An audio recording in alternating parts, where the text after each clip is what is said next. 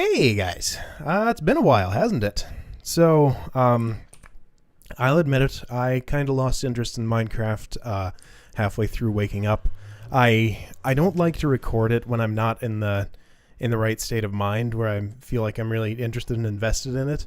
And I was never in that mood after the last episode I recorded. I don't know what it was, but Minecraft 1.4 is out now, and it's kind of renewed my interest in the game. So, rather than jumping straight back into waking up, I thought I'd try something a little bit different today. Maybe not all of you will like it, but some of you might be interested in seeing my normal survival world. So let's just go on a quick world tour here and see if there's anything interesting. So, we are in my house now. This is my storage room. I have the block type up top. I think I did something similar in waking up.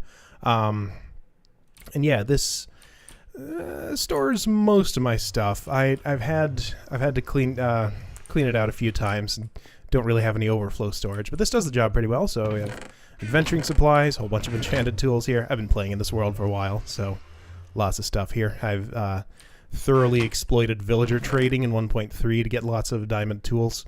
It's a little harder to do now, but not impossible. Just have food, ender pearls. This is where I kept my sharpness 5, efficiency 5, tools like that in 1.3 before the anvil was introduced. But now we can make those again, so those aren't quite so special. And actually, I'm going to need this in a moment to show you something cool. Stone, plants, and plant accessories. Dirt, gravel. Wow. Not feeling very wordy today, but yeah, precious gems and such. Wool, stone bricks, wood, nether stuff, and endstone and obsidian. Odds and ends. Glass, sandstone, sand, bricks of both types, and redstone supplies. I'm not going to look in every chest just because that'd take a little bit too long. So let's show the exterior. That'll be fun. Those iron golems are being loud. So this is my iron golem farm. I have this lever here that pushes stair blocks out just to move them into place because they sort of get stuck in walls and their walking sounds are really loud. So that's what that does. How many are here? 29-ish. Let's go ahead and harvest it. This isn't a very high efficiency design. I'm moving back just because it's really loud. Not a very high efficiency killing mechanism. One thing that works well is to pre-damage them with lava as they're going along the water streams. It is a pretty high efficiency farm, though. I have, let's see, 1, 2, 3, 4, 5, 6, 7, 8 spawning chambers. And I could add more and still have them in range of the loaded chunks. There's another village over there, which is my trading post, so couldn't put one straight over that way, but I could put one there, one there, one there, one there. But I get enough iron as it is. So with 29 or however many that was, I have no idea how much iron I had on me, but that was probably more than a stack, somewhere around there. Anyway, so here's my farm for many different types of things. Where to start? So, melons, pumpkins, very simple mechanism here, just do that. Carrots, potatoes, wheat over there. That's not fully grown, but let's harvest it anyway.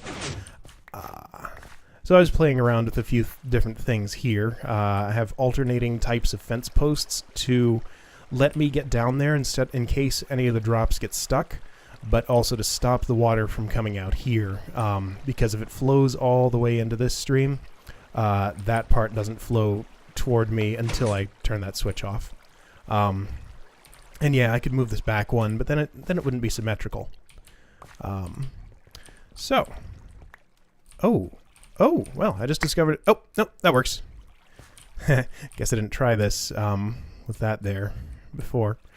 So, I'm not going to bother replanting right now, just because I'm going to make this quicker. Cocoa beans. Whee! Sideways jungle wood for those. I don't really have any use for them. I just wanted to set up a farm just for fun.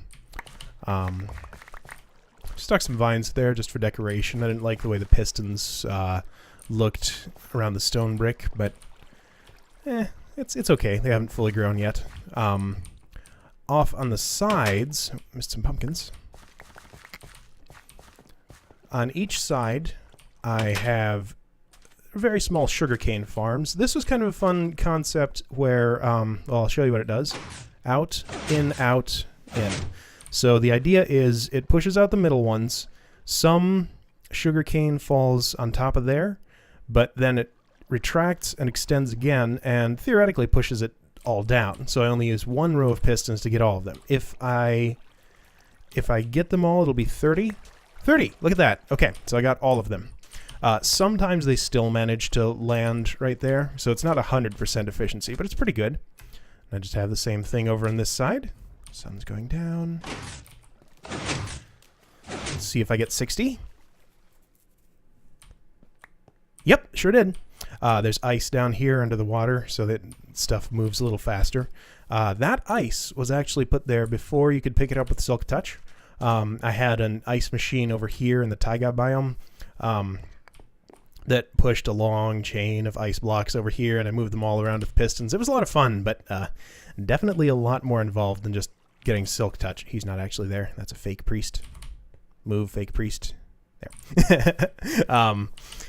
So, yeah, so that was set up before that happened. My inventory is pretty clogged right now. Let's... I'm going to replant this stuff, and I'll be back in just a moment. Ah, there's a stone block right there that I need to fix. Which side was carrots? This side? Yeah. Oops. All right, that's all replanted. Inventory's a little bit better now, but still kind of full. But yeah, don't think I'll need too much inventory space to show you around. Let's see. So this passage here, this was what I originally used for loading animals into my farm, which I can show you now. Just leads down into my house is through there. I'll show you that in a minute.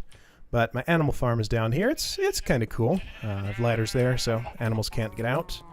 Been breeding red sheep, not for very much reason, but that's what I was doing. I forget what I was doing with them. But yeah, each of these little chambers contains 2 breeding animals.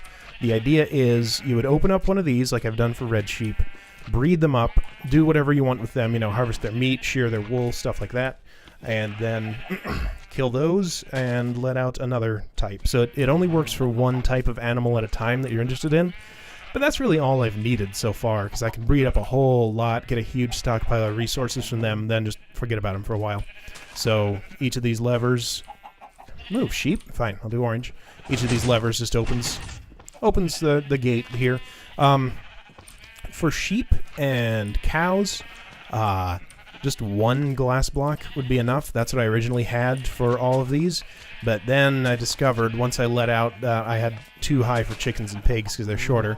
Once I let out the chickens, they just went everywhere. They went all in all the other animal pens, so that was annoying. I have 3 in there. Don't know why. Can still pick up eggs from the corner here sometimes. Yep, got that one. So yeah, that's what my animal farm is like. I have all the colors of sheep in here. Cows, chickens, pigs. Only thing I'm missing is mushrooms, and I've not bothered to get them from a mushroom island yet. I'll do that someday. I think I have... Yeah. I had thought that sheep or cows ate potatoes for breeding, but apparently not. They're both still wheat. It's just chickens eat seeds, pigs eat carrots. That's a trash can. Let's actually throw some stuff away now.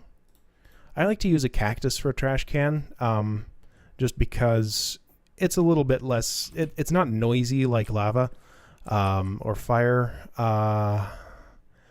And yeah, it just kills the item immediately when something touches it. So yeah, this is not much of a bedroom, but it's a bed. Brewing station, also pretty small. I want to expand it. Just have ingredients here. I have a cave spider trap where I got all these. I'll show you that at some point in this video. Brewed potions is a big mess. I haven't really sorted those out yet. Spring, that's the way I like to do those. Just with the slab here, it just looks like there's one brick missing, so you can pull water out. Yeah, if I used a pressure plate, one cool effect that I liked here was that It would get a little bit brighter when you took the water out, but with a slab there, the way the lighting works now, it doesn't do that, which is a shame. But yeah, every painting you see is likely to have a bunch of jack-o'-lanterns behind it. You can just see it here. That's just how I hid my lighting. I don't like to use torches if I can avoid them. So I have them behind chests. If Dinnerbone goes ahead with the lighting engine change that he originally was going to do in 1.4, then that's going to screw this up, because I don't like to see jack-o'-lantern faces, so I always orient them away. But the non-face sides of the jack-o'-lantern would only light level 12 instead of 15, so that complicates things a bit. Furnaces, nothing special about them. Enchanting room, old school enchanting room with 2 layers of bookshelves. That sets it to level 1 to 8 now. It's level 30.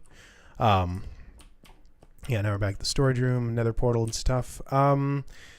Let's see where to go. Let's go back outside. It's night. Let's go downstairs while it'll be morning soon.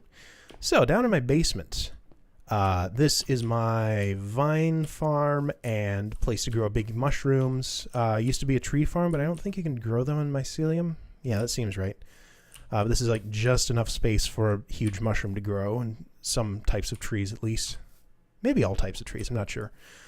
But this is pretty cool. So this is a stone generator, and what I wanted to show you with the efficiency 5 pick, I have haste 2 here from a beacon I have up top, and watch what this does to stone. It's pretty amazing. Oh yeah.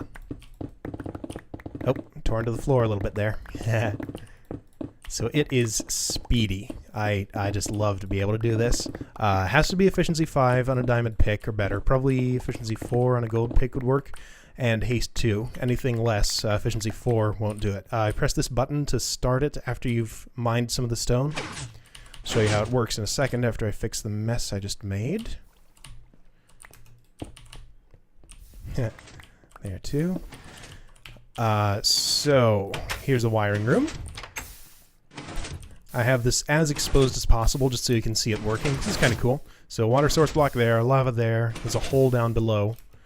And I just have a timer that has this pushing out blocks as I stepped on that pressure plate. That's what happened. I was like, what just happened? So yeah, this is just a timer, a toggleable timer, which shuts itself off when the thing is full. The way that it does that is this is a smart piston here. Once this block gets over there, you'll see the whole row pushes. Come on. And if it's unable to push, this wire just stays on and shuts off the timer. But if it is able to push, the timer keeps on going and it keeps pushing it out until the whole thing is full. So that's pretty cool. I actually use it more than I expected to. I don't end up going mining in this world all that much. Jack-o'-lanterns are carefully distributed so that this is fully lit when it's empty or when it's full. And yeah, let's see. What else do we have here?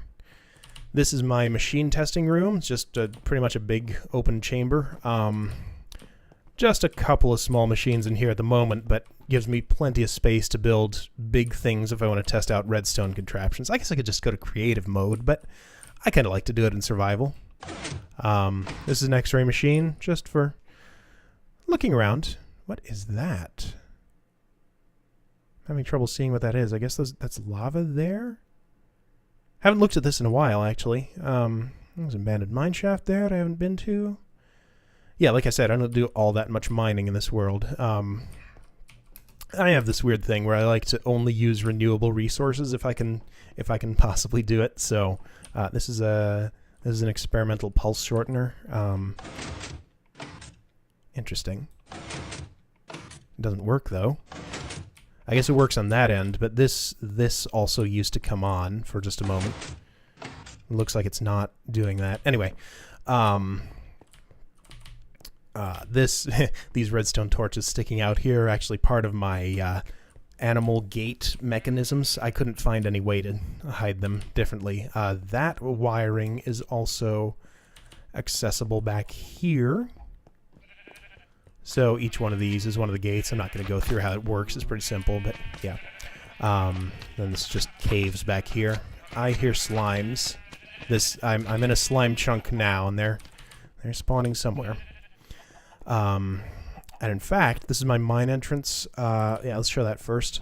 What is all this? Oh, that's right. That's right. Again, don't do much mining here, so I'm not. There he is.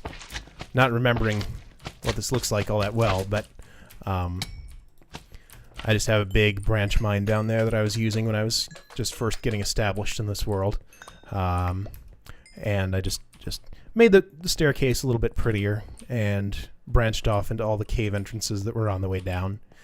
So we just go down here, and I'm sure you all know what a branch mine looks like. It's just, yeah, nothing special about it.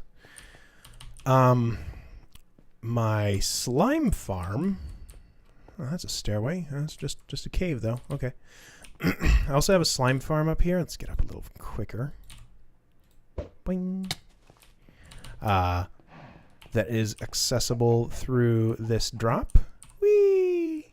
Vines there to stop me from dying.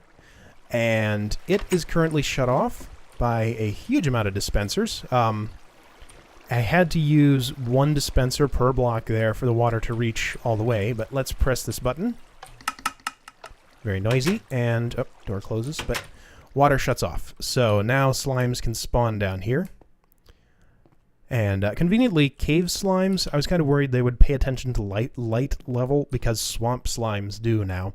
But nope, even with all this lit up thoroughly, slimes do still spawn here. Of course, not when I'm standing right here, but anyway, if I wanted my slime farm on. This is 3 slime chunks in a row, so it's a pretty good spot. It's very, very high throughput. I have had a lifetime supply of slime balls with, yeah, there's one, with it in operation for just a short amount of time. And I've sort of roughed out more layers in case for some reason I ever needed to expand it, like if I needed 50 billion sticky pistons someday. But for the most part, I just leave it off. Man, that's loud. So yeah, that's my slime farm. Showed the efficiency 5 stuff. Okay, let's go outside since it is noon, roughly. I do wish I had a quicker way up here. I need to figure out my vertical travel situation. Guess I could use mine carts, some fancy ender pearl stuff you could do. I don't know. So, out here... Oh yeah, I didn't show the cactus farm. This is pretty simple. Just 4 pistons. Push up the sand where it will knock the cactus out. I like to do it that way rather than leaving the stump and actually manually replant, because that means I don't have any loss. And I don't really have a need for these. I just set up a farm for them just because. So it gets you 32 after replanting every time. Yeah, that's how much I've used it, and don't know if I've even ever taken one out of there. What else is there to show? So this is, as you can tell by the color of the grass, this is a jungle biome. But where are all the trees? There's some over there, long way away. But one of my projects here was just for fun. I cut down pretty much every tree in the vicinity. Got me lots of wood. And yeah, this is my beacon, obviously. Plenty of iron from the Golem farm to set it up.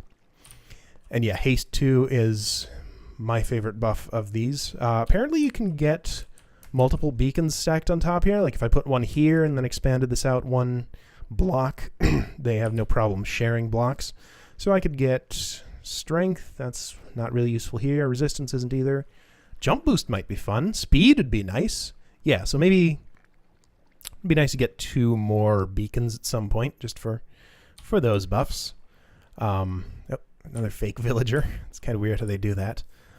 This is a pretty well-known iron golem farm design. I think it was invented by JL2579. But yeah, it's Doc M's also used it. It's I just pretty much followed his template. Nothing all that special about it. So this is a very large sugarcane farm, which I was using for paper trading before villager trading got nerfed. And it's not automated or anything. I just run through here and mow the lawn, pick up all the sugarcane as it fell, turn it into paper, and trade it at the big trading place. I've shown this in an earlier video. Showed how all the mechanics work. It hasn't really changed in any significant way since then. but I'll just give a quick little overview of it here. Sand door lets you in. I'll explain what that noise is in a moment. But yeah, lots of villagers here. That was my paper, well, was going to be my paper guy. The ones that you've traded with a whole bunch in 1.3 actually have the trade disabled in 1.4 initially. Some even didn't have a second trade, so there's just nothing I could do with them. Yeah, I've traded paper with this guy before. He has a slightly better price. I got lots of blacksmiths here with good diamond gear. If I wanted a diamond helmet from this guy, all I would have to do is trade him, I think this one for iron boots once. Then I could buy a whole bunch of these before it disables again. So it's still sort of exploitable. You just have to make more trades than you would otherwise. But yeah, I've optimized this pretty well by now. They most of them have trades that I want. This is a diamond sword guy. You'll notice, I see blacksmith, blacksmith, blacksmith, blacksmith, blacksmith, blacksmith, blacksmith, blacksmith. Yeah, I like my blacksmiths. A few priests for redstone, glowstone stuff. So yeah, that's a trading post. And the upper part has the breeding chamber in it and a minecart system for reload. You're not actually out there. There we go. Minecart system for reloading it. These dispensers have lava buckets in them. Is he in a minecart? No, that's just pressure plate. This is the holding cell for villagers that are waiting to be put down at the bottom. There are a lot of them in there. Wow, about 100. Okay, so that's pretty full. I've usually found that 70 is the optimal amount.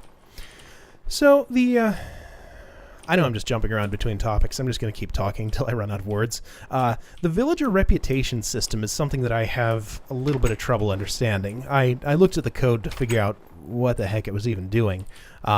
Seems like it doesn't have a lot of effects right now. You know, if I punch this guy, he'll get these little angry particles coming out of his head. And it seems the only... Let's see. As far as I can tell, there are only 2 actual effects of that. If a villager dies and you're within 16 blocks of them, this is actually not related to reputation. This is just how villages work now. All villagers in the village will stop breeding for 3 minutes, I think it is. But what I found is I have those buttons down there that dump lava on the villagers that are trading stuff. I can hit a button and run away real quick, and they won't notice that I was the one that killed them. So that just means I have to run after I hit one of the lava buttons, and they'll keep right on breeding happily. The other effect apparently is if they're angry enough at you, iron golems will become hostile. So I think that's per village, though. Yeah, this is just I put a door here, breeding starts, break the door, breeding stops. This guy sees these as a village. These guys see him as part of their village but don't register with the doors, so they just breed infinitely. It's a very quick summary of how that works. So yeah, that's my trading cell. This was a large wheat farm, also for trading with farmers before it got nerfed. And it's full. Let's oh man, I don't want to harvest it with my inventory this full, but yeah, this lever just dumps water down. Everything comes to this point that doesn't get stuck on stuff in there, and just go down and replant. But I don't have much use for this anymore. I don't need this quantity of wheat, really, or this quantity of sugarcane, so I might tear these 2 things down at some point. I'd kind of like to replace this with a vertically stacked sugarcane farm that uses the piston trick like I use over there to harvest them. So I might do that someday, because I do have uses for sugar, make speed potions and stuff out of it. This is an ice tray. I think I got this design from Etho. I don't think I have... Yeah, I don't have a Silk Touch pick on me, but let's just pretend this is Silk Touch. So I just harvest it, and water source blocks are in there. This is a very simple design. Water source blocks in there, refill it for me automatically. So I'd usually break everything but those 2 rows, then do those 2 last so I can pick my stuff up and just let it keep on freezing. Nah, not gonna bother with that. Most of the spawners in my world are marked... Oh yeah, I put jack-o'-lanterns down here just to be able to see underwater. I really like the effect. It's pretty cool.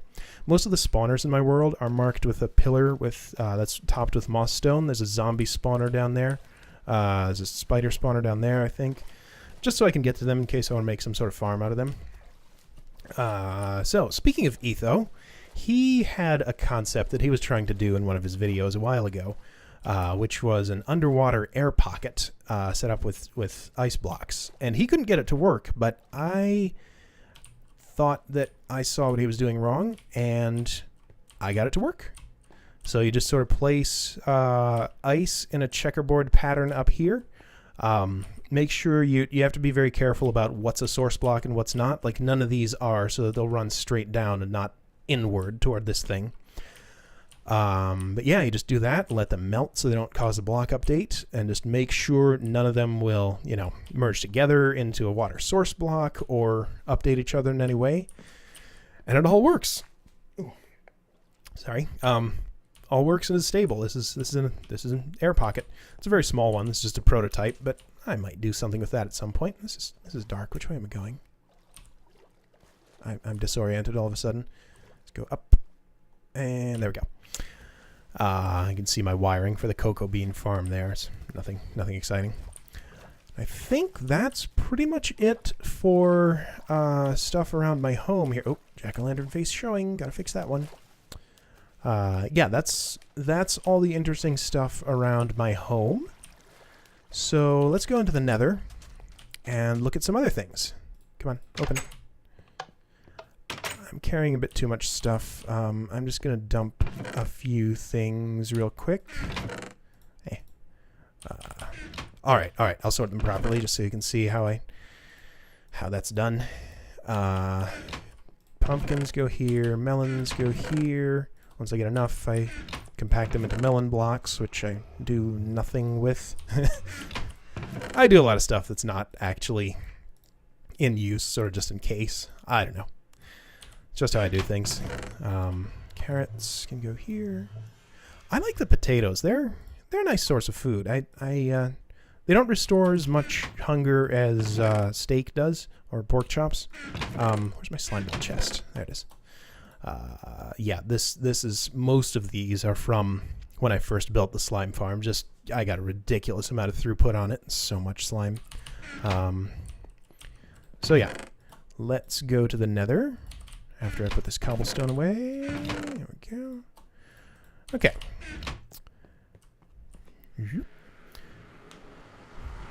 And in addition to the villager trading video, I don't like how nether portals spin you around like that sometimes. This used to put me facing outward, but it doesn't anymore.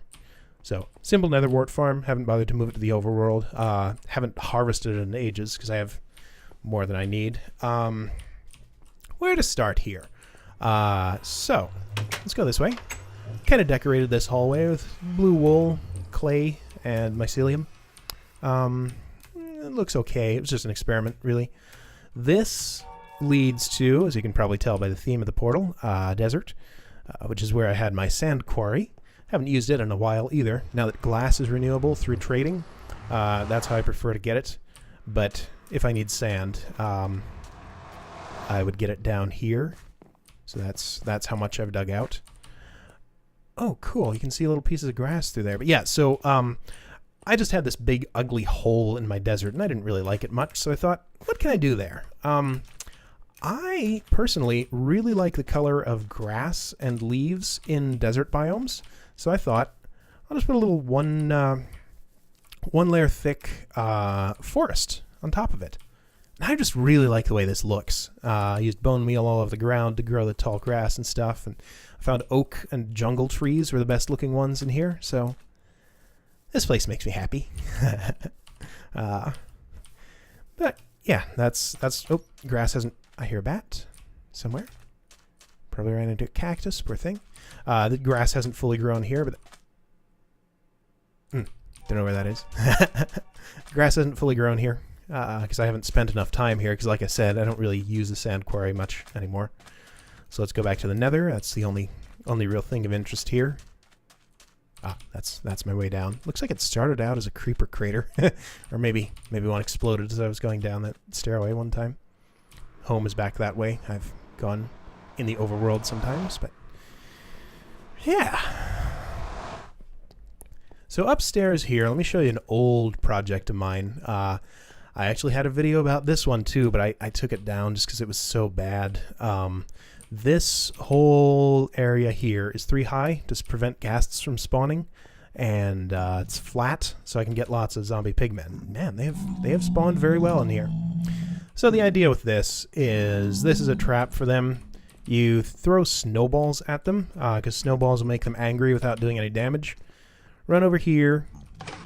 That closes and safe. Lead them into this pit, and then just have a crushing mechanism there.